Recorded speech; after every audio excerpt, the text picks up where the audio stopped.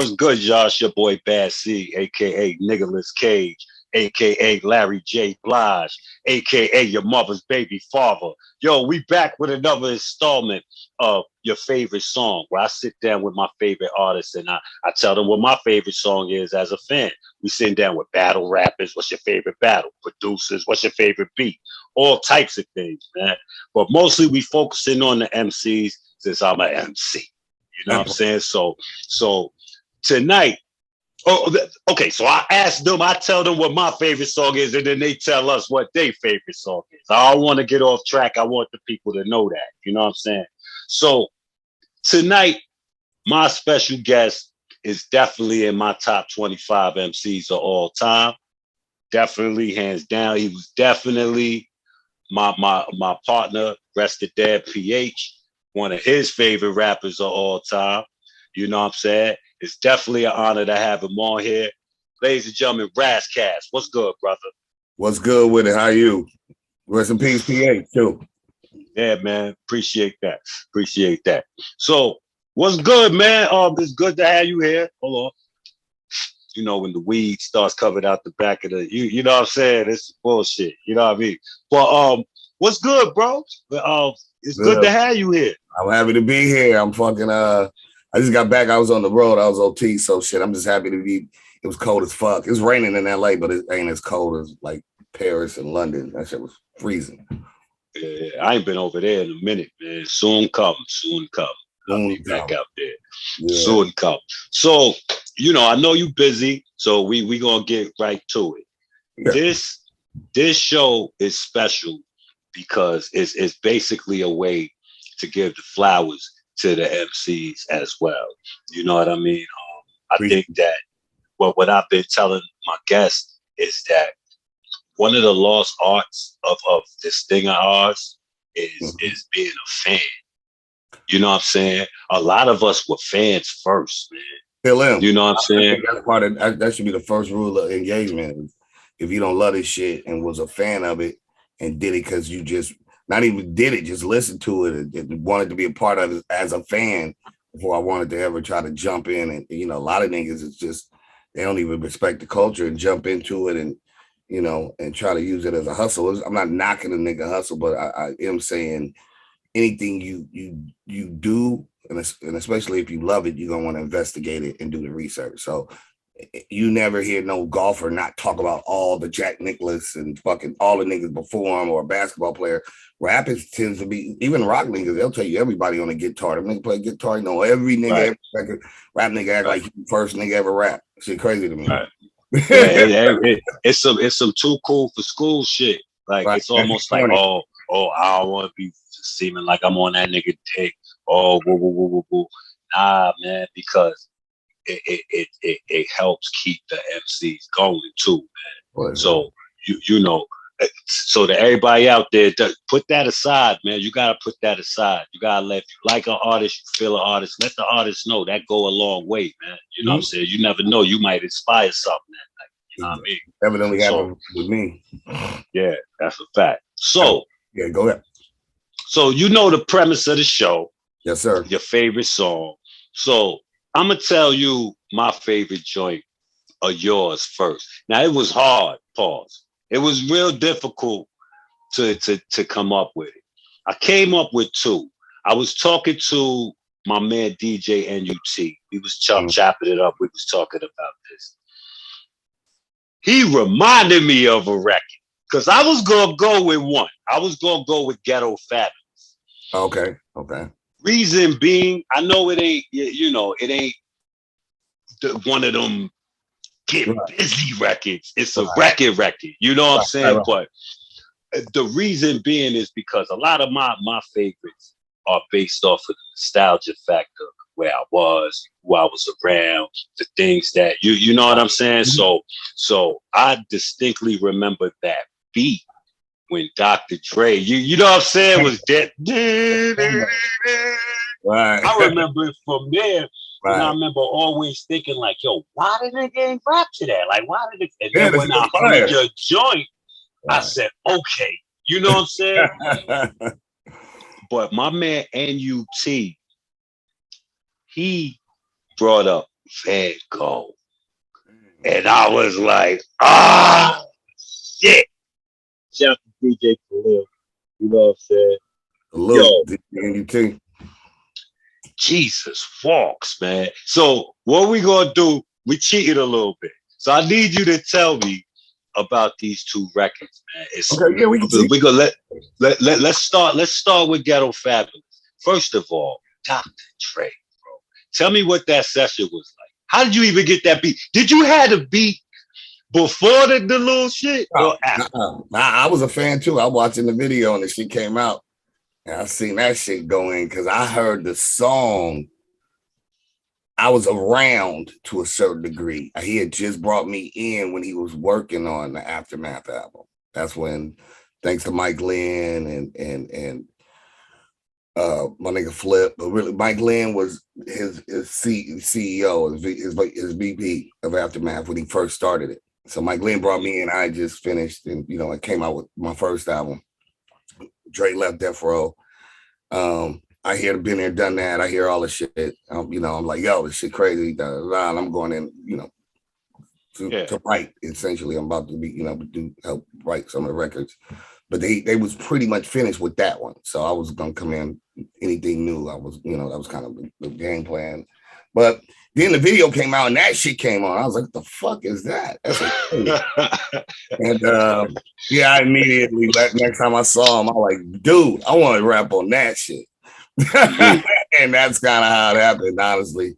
It was just like, because nobody was like, nigga, nobody rap on it. Like, and it wasn't like the digital age where you could really rip shit or whatever. Like, it was on a video.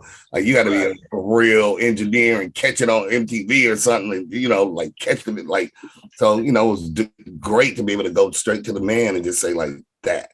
And he's he was cool with it. Like, he was just like, no problem. Yeah, he was just like, I feel like he just said, like, nigga made me an instrumental or gave me a pen, like, go, come back. If I like it, so go. I'm like, all right. Oh my God. Yeah, that's what it is. That was rap, bro. I went in there and, I was trying to think of how to make a record, a record, it's not a full bar out, but, it's really, and I always want to salute Biggie. I feel like Biggie mastered how to make big records and still style on niggas and throw bars. Right. You knew nigga could rap good, and it sounded simple to the average listener, but for the MC niggas like, yo, that nigga's still gunning. Yeah, he's still gunning. Yeah. So that was my approach, was to really big that record, like do a Biggie, keep it simple but bar up. You know what I'm saying? Keep it hood.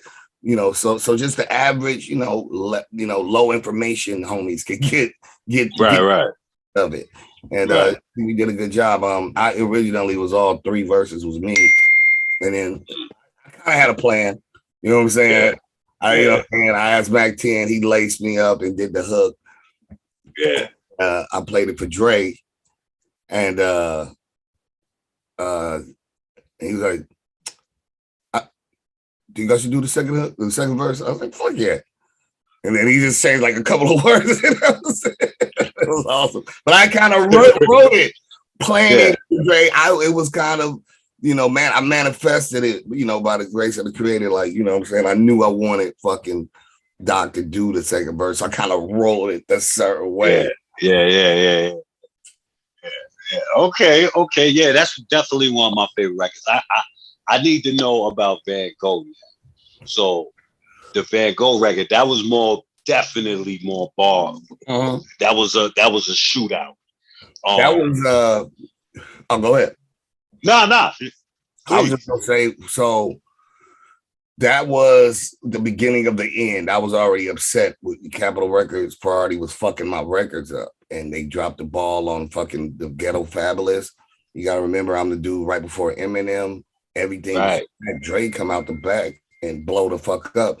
And then my company can't get it right. And this nigga gave me the alley, and these niggas knock it over the backboard. I'm like, what are you doing, bro? Like, so I was already upset with the company. And that's what I wrote. I wrote that record. Once I got the beat. And at the time, Khalil was DJ Khalil. He hadn't met no Dr. Dre. He actually, he was a local producer, super dope. You know, I never take nothing from Yeah, nobody. he's fire. He's fire. And so my homeboy that worked at Party, or might have been interning. We all, you know, grew up in LA. So by the time I was signed, my friends were interning, and some people were dope artists themselves. So Chase and Chase and Khalil were a group, Self Scientific. So Chase went on to manage ASAP Rocky and all this other stuff. But at the time, about, you know, same age bracket, young niggas, I got the opportunity. He was telling me about Khalil. I heard Khalil beats, you know what I'm saying? And I'm like, yeah, that nigga super dope. So it was the first nigga to pay Khalil. So, you know, gave him a check.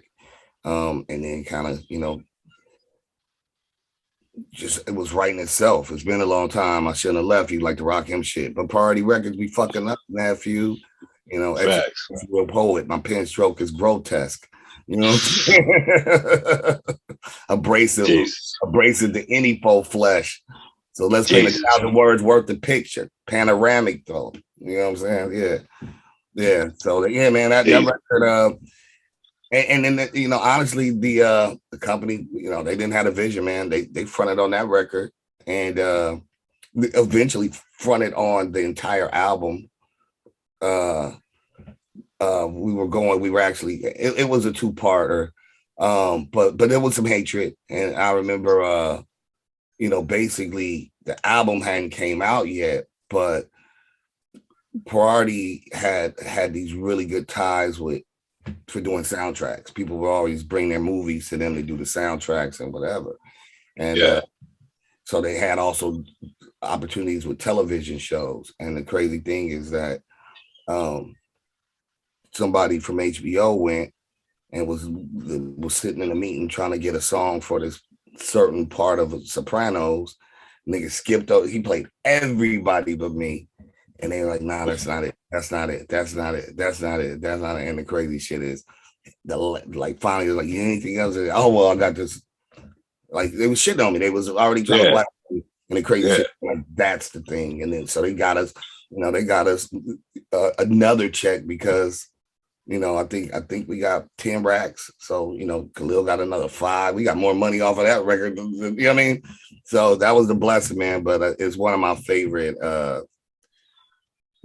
because for me, where I was at, the place I was at mentally was Van Gogh. I was like, I'm gonna have to cut my ear off because niggas ain't listening. Yeah, they ain't listening.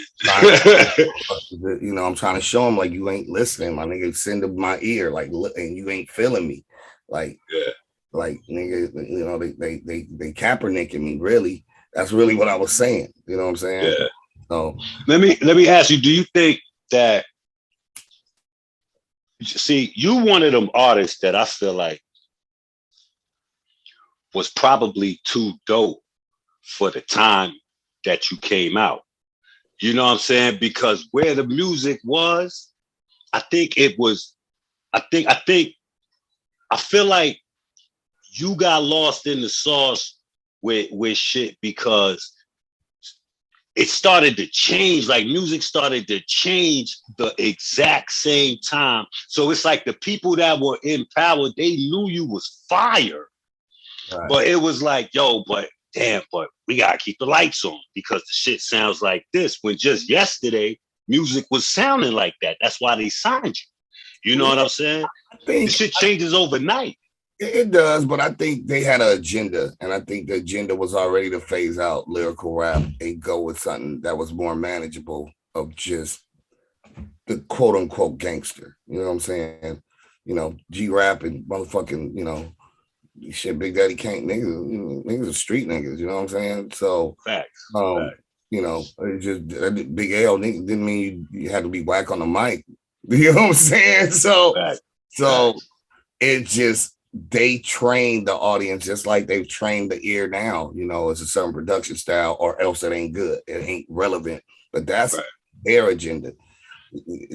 People will eat what you bring them. You know what I'm saying? It's just that, and then they develop a palate based on what they get to have to eat regularly and what's promoted. Like, eat this. Niggas hate McDonald's and niggas still go to McDonald's. You know why? They promote it, it's accessible, and your fucking kid gonna beg for some fucking French fries and a burger. Facts. You ain't going on no road trip seeing them golden arches and your kid ain't beefing. Right. Facts. It is what it is. So they training people, they process the music out, and I just didn't fit the formula. Trust me, even during that time, they kind of was like, I heard that. Well, why don't why don't you put on a khaki suit or crip walk? And like, get the fuck out of here.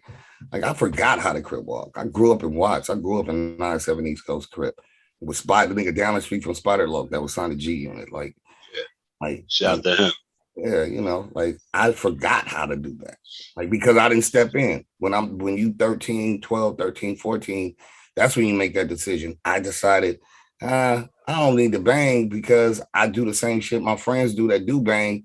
And plus, I'm already like having fun fitting out. Like, I got girls because I would wear the Dwayne Wayne glasses or some dumb shit. Niggas in the hood, like, what are you wearing? I'm like, I don't know. But the bitch is like, I remember one time in the hood, the homies was just like, Raz, why they didn't even call me Raz back then. It was Raisin or Baby John. Call me Baby John back then. Like, Baby John, why you be wearing? I did it on purpose. During like the party era. And I didn't buy polka dots. I bought these stupid. I knew they were stupid when I bought them. I purposely bought these pants because I knew they were dumb, and I was doing an experiment in the hood. I bought these. I'll never forget. I had high water,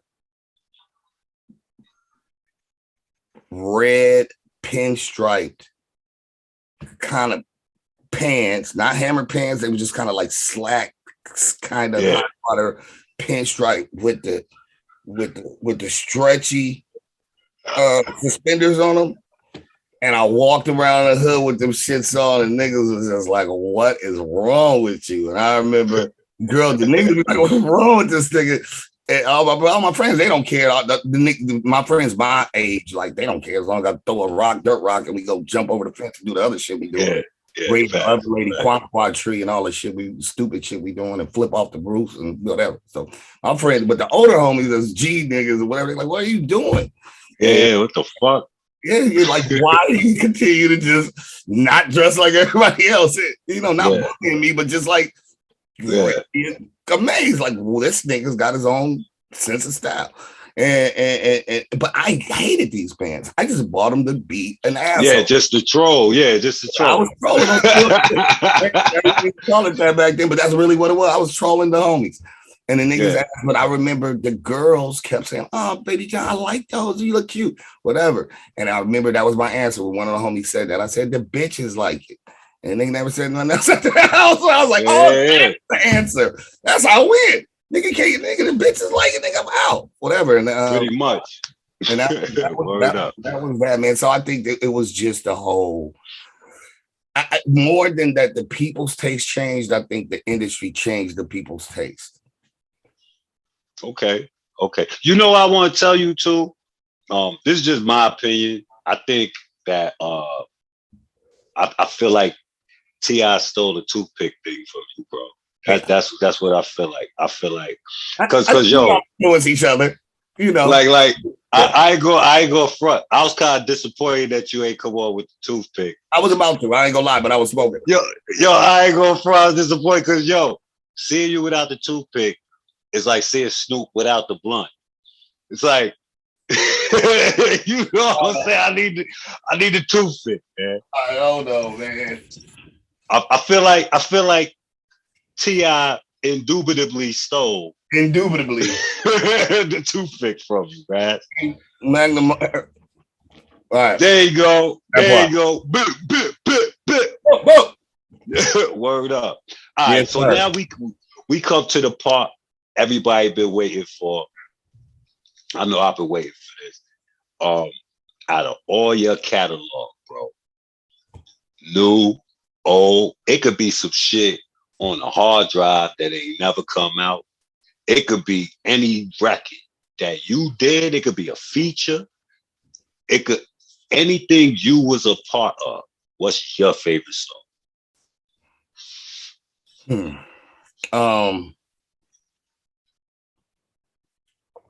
I got a caveat. First, I don't, in general, I don't have a favorite record. What I try to do is leave it on the field, every record. And so they all speak to me for different reasons. So what I'm gonna do is I'll run through some ones that are highlights to me.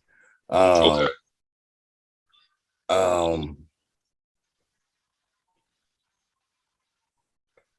Diamond D remix Soul on Ice. We was under pressure. We had 3 days to get it done, and we had to shoot a video literally like to master everything. It was like everything we had to be done in 3 days. I had to go to New York. There wasn't no digital shit. I had to go to the Bronx. He was living in Jersey, went over to Jersey. He just keep going through records, trying to find something. We don't know what we gonna do for this remix. A bunch of remix if I'm supposed to, spit a whole new verse. I ain't wrote no verse because I ain't got no beat. So I don't know what I'm gonna do. And I just remember I heard a little. I'm like, that shit sound crazy. Whatever. And then I was like, that's it. And we put the next day, and I was writing once I had like he was just playing the beat, wrote that shit, and we gunned down, and then he had the map flew back the next day. He mastered it, and then they mailed it out, like overnighted it, and that was a standout. And he changed, my trajectory and gave me something that New York, because the production style changed. And he gave me that crispy, grimy New York shit, and it saved my trajectory. So shouts out to Diamond always. Nature the Threat has given me a life outside of music, and it set the precedent of who I am, whether that's for better or for worse. It may have been the undoing of my career because they didn't want me to put that on the album, but it was something bigger than myself. I wrote it for myself, but it was really once I let my mother hear it, because it was on my demo. She just started crying. She's just like, "This is important, and you need to do this." And so it has cemented. I argue with anybody. To be perfectly honest, not trying to be an egomaniac, but Nature's Threat sets me aside as ultimately the best rapper ever. Period. That's nobody could write what I wrote. Not that concise because nobody want to do the research, read the book, or they can't rhyme it good or whatever, and put it together. Nobody can rhyme it. And other MCs that talk knowledge of self have said, damn, okay, that's a different thing. It's just different. It is what it is on Ras Kass Nation because it was a hole where I was at. So for you, like nostalgia, but I was in a fucked up place. And my mom hit me. I just flew back. My situation bad with the production company, was just all bad. So family member need a certain amount of money. Everybody think you rich at the time when you still got videos playing or whatever. It ain't that kind of money. I gotta come up with the money in the morning because I just get a voicemail when I get back. Like, oh, I need it by Wooty Wham, and I just got back. And I'm like, I gotta come up with that. I ain't got that. You know what I'm saying? But I got it done. But when I had the Alexander O'Neal CD, and I just kept playing it, and I was writing it right then when I got home from Europe. And I kept crying because the first verse is to my mother. So that whole, I kissed my mom on the cheek. I would just break down on that part because I was just writing it to the CD and playing it back and forth. It just, at the top of the record, before he starts singing, I just went back, I ain't nothing nice, but every lifestyle got a price. Kiss my mama on the cheek because the love was deep like Keith Sweat. But the deeper the streets get, the deeper the beef gets. Enough fatal attraction to boil your pet rabbit because everybody want to have it lavish. Now, Cavassier is my dossier overnight insight. I write like 300,000 kilobytes. Guess I'm on one. European cars, Cuban cigars, rap stars. Slap feeling to the inevitable cap pilling for sexual healing. I like feeling. Wrote it for black women like Terry McMillan. Save a prayer for me. I was told no guts, no glory. I shed a tear once in a while too, but a soldier got to do what he got to do. I want Stock and Fox golfing with Rupert Murdoch. I thought you knew. It is what it is. It's crazy. Fire. Fucking insane. Fire. So yeah, that shit from a pain part. I bled on that record. Yeah. And I'll wrap it up. I'll say there's two other ones that stand out to me. Interview with the Vampire, another brilliant fucking record. It's a brilliant record, and I just don't think, you know, I always do these epic conceptual records, and I mean, again, if I was some other nigga with some other team, niggas be running around here jerking me off. Pause. But Facts. I'm a god body. Niggas can't do what I do, bro. I just feel that way. And I think bar for bar, if you pulled every beat away and just went rhyme for rhyme, no nigga fucks with me. Period. But everybody's supposed to feel that way. I just feel like I got an arguable case. No, ain't no argument though. Ain't no argument. Ain't no argument. And then, you know, I'll wrap it up with I have a song called Right Where I Left Off, but it's homonym. So right, RIGHT, WRITE, and the whole rhyme, like the flow, the bounce on it is crazy. And line for line, it's just, I'll just do like one homonym. I'm doing like 5 homonyms per bar and rhyming those 5 with the other. Oh, I'm just fucking with that record. I skate on that record. I'd have to highlight it. Actually, I'm gonna post that shit on IG. That shit go. I just need somebody to do the highlight, like the line from the actual show, the rhymes, that words that rhyme together, like the 4 and number 4, but I'm doing like 4 or 5 in a row per gun that record. Anyway, I'm gonna post that shit later on. Now I gotta peep that. Wait, what project that on? What did I put that on? Shit. It might have been on Institutionalized, maybe. I had a project called Institutionalized. It was when I came out of prison. After y'all make sure y'all check that Right Where I Left Off. That's what it's called. Right Where I Left Off, but WRITE, right? Yeah. Where I left off. Yeah. So that shit is ill. And then my last one, actually, E40 does the outro for me and shit. So shouts out to E40 on that too. That's dope. Last but not least, Golden Child, man, because Preem knew me before I had a deal, thanks to Wino and Coolio. So and then I got a deal, but he's super busy and super booked, so I couldn't get him on the second one. I couldn't even get him on the first or the second one. I'm like, yo, man, I'm a spitter. He knew I was a spitter. He fucked with me, but I mean, money talk, bullshit walk. And it's just like, yo, I finally got my budget. I'm like, first thing I want a premiere record, bro. So I had already put my reservation in. He's like, okay, you got it. Get in the bag. And we went to D&D that, now no longer exists, but also much history at D&D Studios.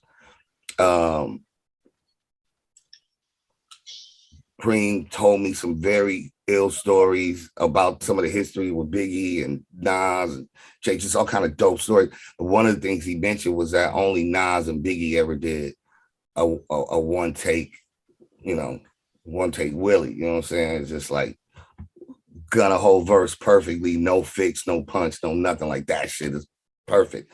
So of course I'm competitive. I got wired up. And nigga, that nigga came with that fucking beat and got rope. And then I went in there one take Willie, nigga. I'm one of the only niggas. Yeah, okay.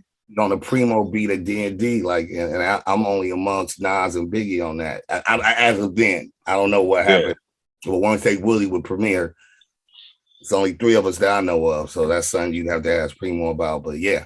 Perfect. Nah, when we get Preem on the show, I'm gonna definitely ask him if there's anybody came after you. Yeah, you know what I'm saying?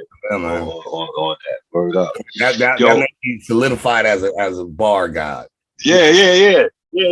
But I mean, that shit. I'm gonna tell you some real shit, man. That shit solidified. That shit been solidified. You know what I'm saying? One of the things that I really, really, really, really like about you as an MC is the fact that you're one of those MCs that's not blinded by coast. It's just hip hop. It's just hip hop.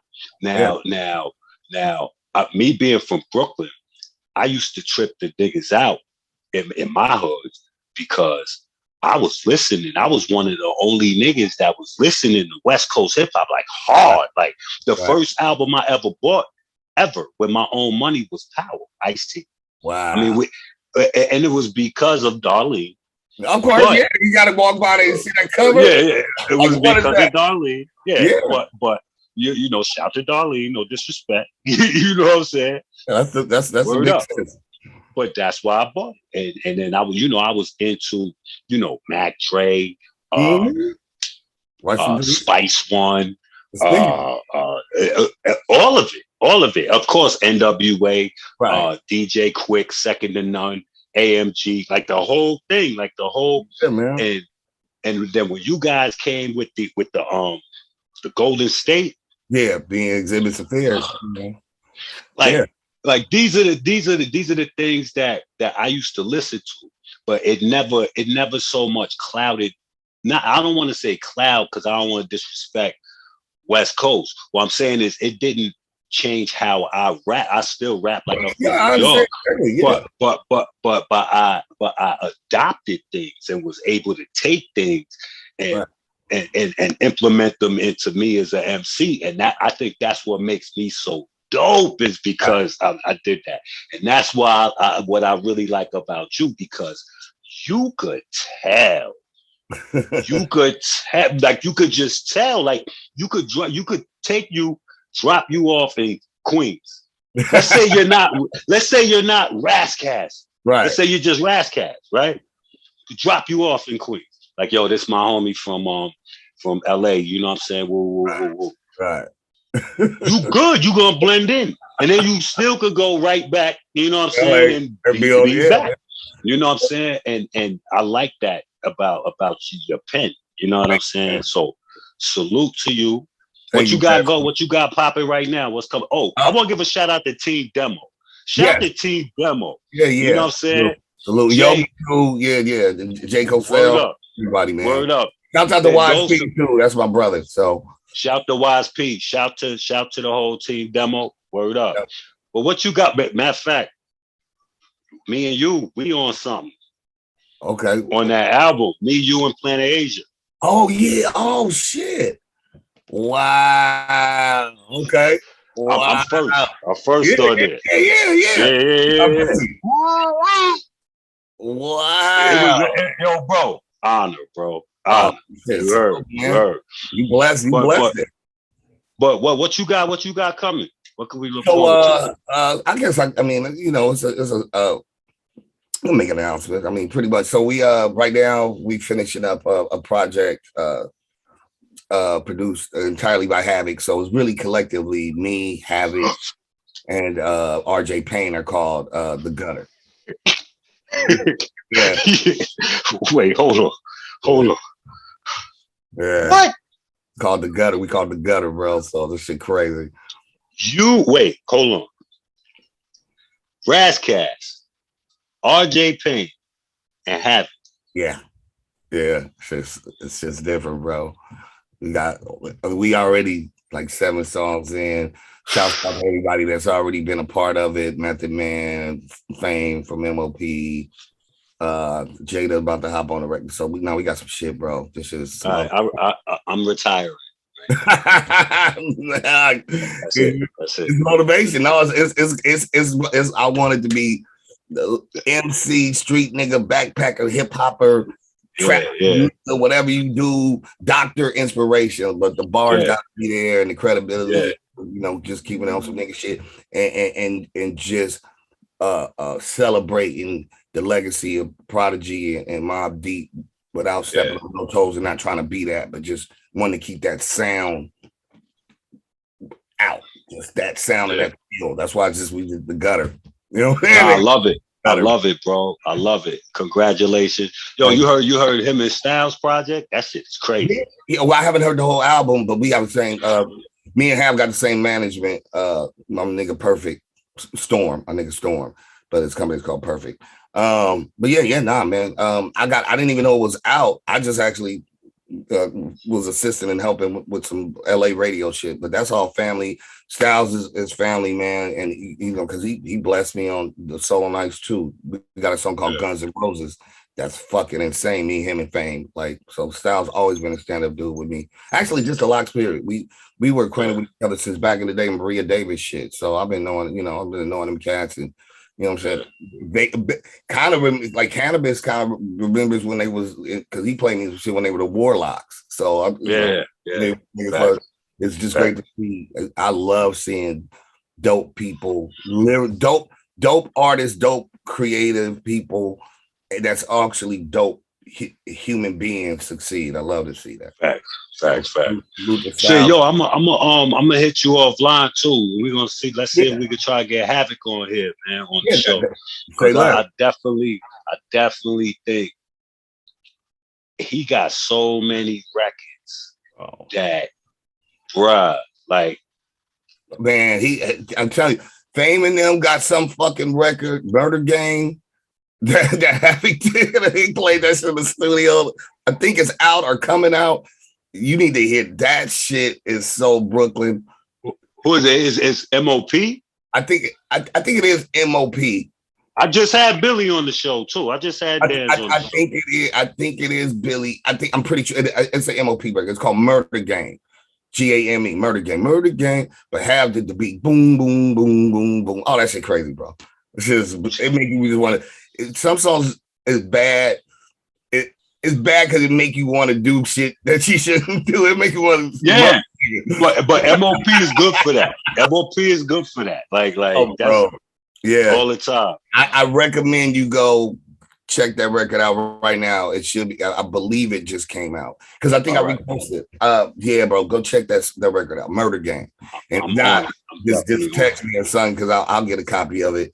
I'm definitely on. Yeah, but hopefully it's out. I'll go copy it. I'm gonna go support the homies. But word. I don't want to bounce too fast, but I'm over here chefing and shit. I got shit in the oven, man. I don't want to burn it. Nah, it's all good, yo. I thank you for stopping by and telling us what your favorite joints are.